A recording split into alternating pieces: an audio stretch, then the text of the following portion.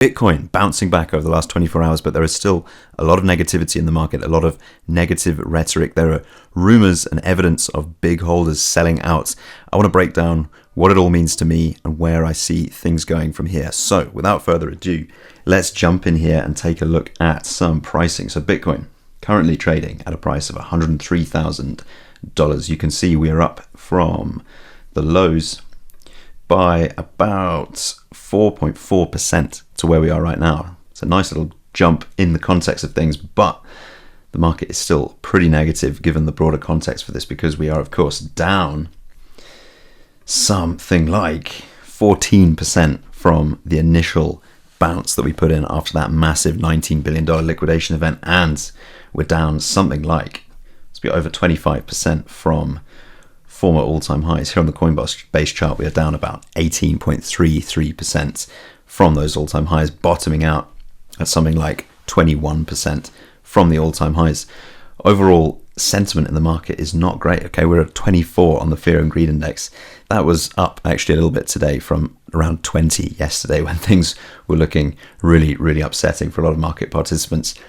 And you can see on the liquidations front, things have calmed down, right? Over the last 24 hours, about $120 million of liquidations on both the long and the short side. I think at my last update, there was over $1.3 billion worth of longs liquidated.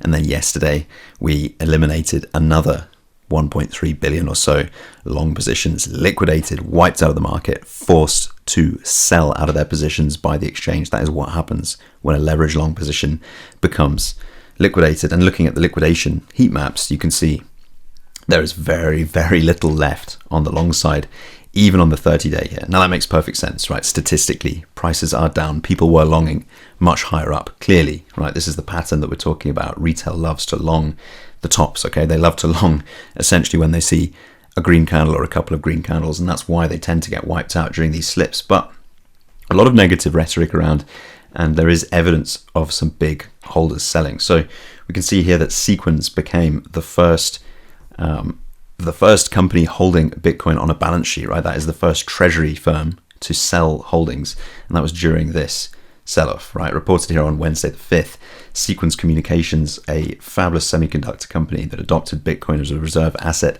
has sold 30% of its holdings to reduce convertible debt. This marks the first instance of BTC digital asset treasury, this is DAT firm, selling its holdings, and the move has sparked greater scrutiny of digital asset treasury strategies. Not good timing for this, but what I will say on balance is that as we see more and more companies coming to hold Bitcoin on the balance sheet, right, as part of their treasury, but as we see the market expanding in that way, we are just naturally going to see some of those companies getting it wrong and having to unwind, or just unwinding exposure because it's strategically the right thing to do. Okay, it doesn't necessarily mean that it was a terrible idea for everyone to do that, but there has to be a first time for everything, and when the first time happens, that is going to cause stir, and it's going to cause upset in the markets. Okay, think of the opposite of this when the ETFs were approved, the Bitcoin ETFs were approved specifically. That was huge for the markets. And now when we see other ETFs approved, like the Solana ETF, the reaction isn't so great because it's just not the first time. It doesn't have first mover advantage. Okay, it's not as exciting to the market. And the same is true in this case on the opposite side. But nonetheless, they did sell, and they sold quite a lot. Okay, so their current reserves now stand at 2,264 BTC. Not the reason for this crash and this sell-off, and not a reason for everyone to panic, in my opinion. Okay, there's balance and nuance to this, like everything else.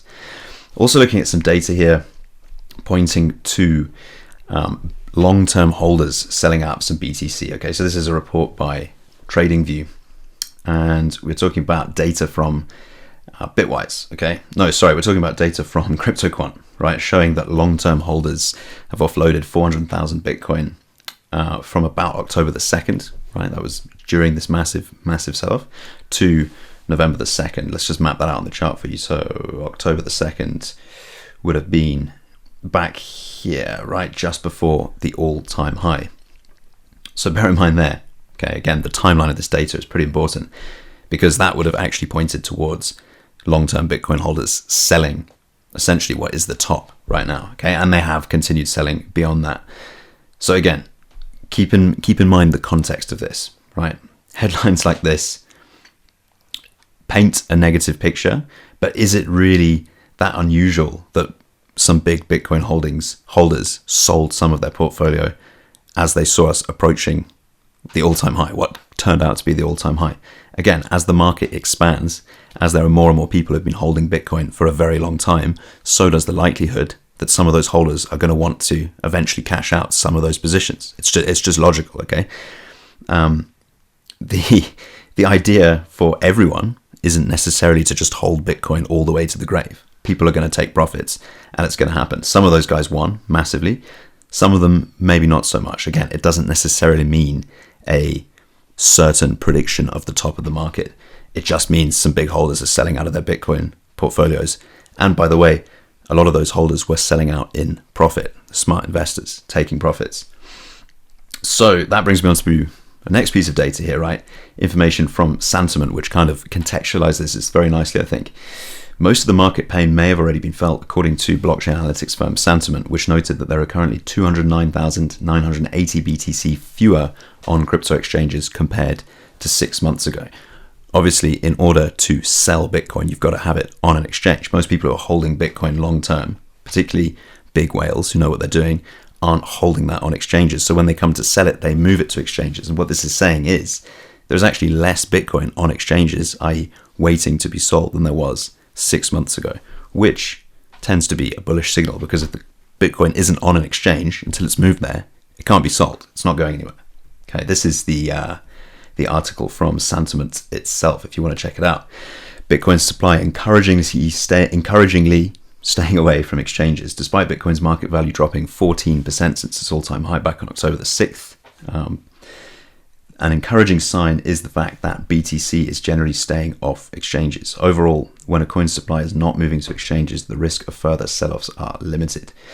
208,980 less total BTC on exchanges compared to 6 months ago.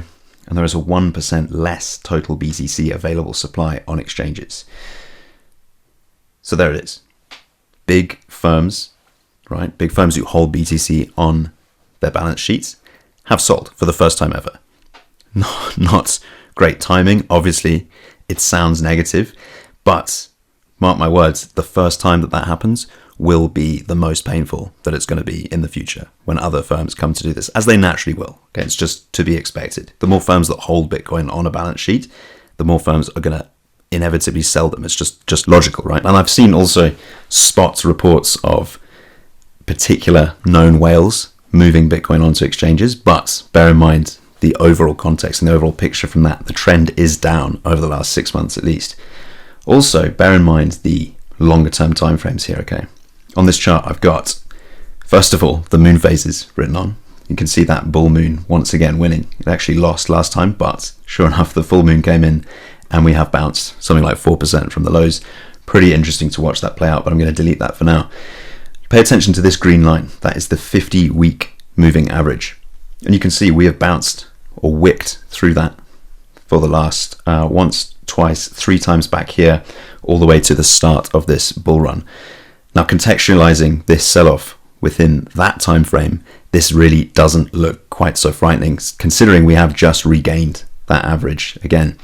And also in context, remember we've got a 67.3% chance of another 25 basis point at the next Fed meeting. That would mean cheaper money, more liquidity flowing into the markets, down at 62% yesterday, I believe. So of course, despite the fact that the Fed watch percentage chance of a rate cut is increased at the next meeting, we do have to pay attention to Fed Chair Powell's comments that another rate cut in December was not a foregone conclusion. In fact, far from it. But once again, this rhetoric all mixing at the same time, okay, big whales selling, rate cuts potentially more likely than not, but coming under question, this sort of paints the perfect storm for a lot of negative sentiment in the market. 24 on the fear and greed index, a lot of people being dismal and dejected with the market. And if history is to repeat itself, particularly on the longer term time horizons, right? History doesn't tend to repeat, but it does tend to rhyme. The likelihood is we're getting closer and closer to that point where retail is just fed up. Retail is all expecting the market to go down, and retail generally tends to be wrong. That's why they spend so much time getting liquidated. Once there is no more liquidation risk in the market, or very reduced liquidation risk in the market, that is when it makes sense for us to turn around, because there is no juice left to be squeezed. If you believe that there are big players in this market who actively want prices to go down so they can accumulate Bitcoin at higher prices, they do have the powers to manipulate markets in order to do that via a variety of different methods, some of them more nefarious than others. But the point is, historically, the time at which this turns around, the time at which big buyers wake up and start paying attention, are times like this, when the rest of the market is totally dismal and totally disappointed. And do bear in mind, on top of that, we also have this elevated short side liquidation risk sitting at just under $14 billion worth. That is shorts in the market, betting the market is going to go down, because that's what everyone thinks now. The market's going to keep going down. And if we come up and those positions get liquidated, they will be forced to buy onto the exchanges by the exchanges themselves, meaning increased supply pressure on Bitcoin, and prices will come up very, very quickly if they do start turning around from here. But as always, purely my opinion, just sharing it with you for entertainment purposes. Nothing I say should be considered financial advice. Stay safe out there. Thanks for watching.